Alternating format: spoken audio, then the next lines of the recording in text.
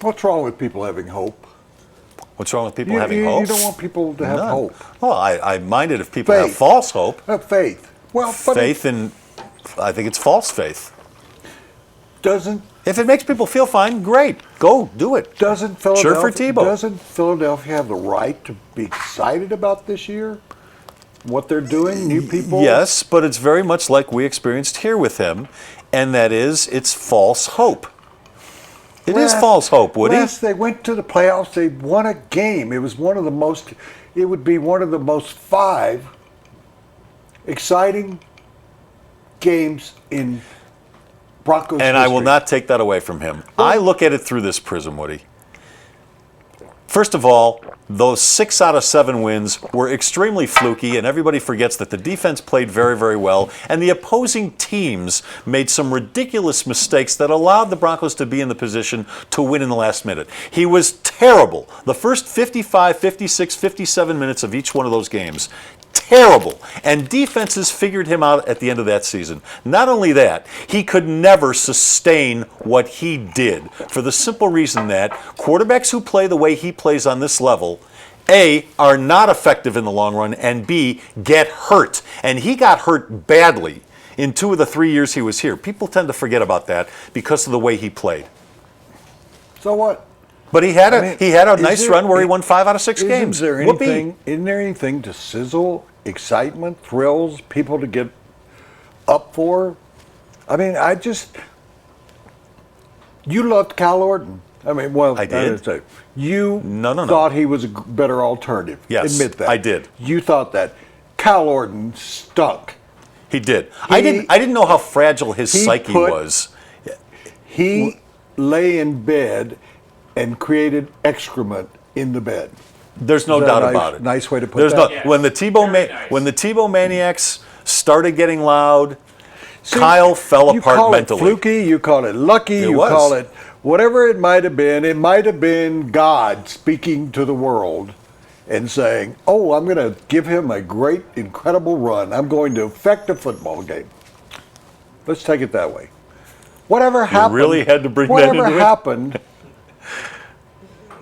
Whatever happened for a period of years since John Elway retired, there was only 1 year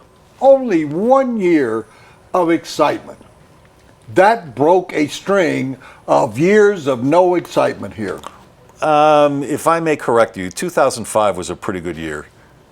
And then the Tebow year when they went to the playoffs. I will give Tim this. No, but before you get into that, that's what I just said, Les. There was 1 year from the Elway period until Tebow. Oh, okay, gotcha. 1 year. Gotcha. I thought you were referring to the Tebow year. That was Jake Plummer in the AFC Championship year.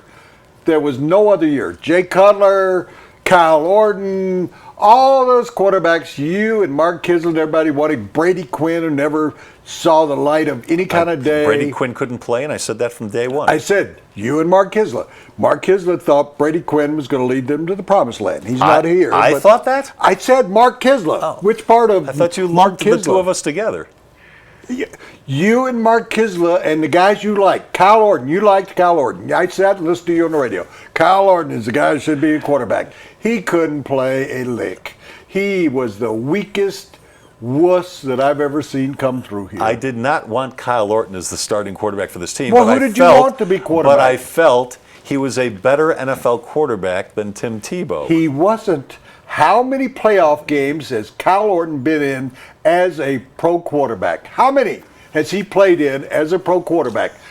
Your hometown, Chicago, Denver, Buffalo, Kansas City, 4 teams. He finally retired. He should have.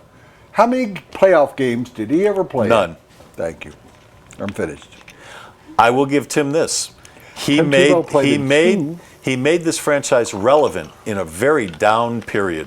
He made them relevant. He brought back relevance, excitement, thrills.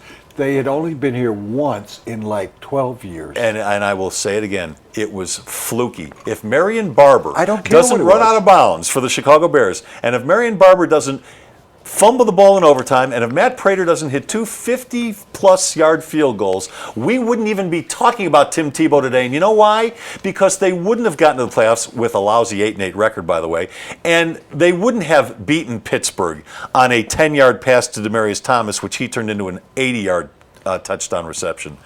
Sorry. Everybody points to Tebow as being the reason. He wasn't. If the river hadn't split, what would have happened to your people? That segment sponsored by John Elway Chevrolet, Colorado's #1 Chevrolet dealer. That the waters happened to split?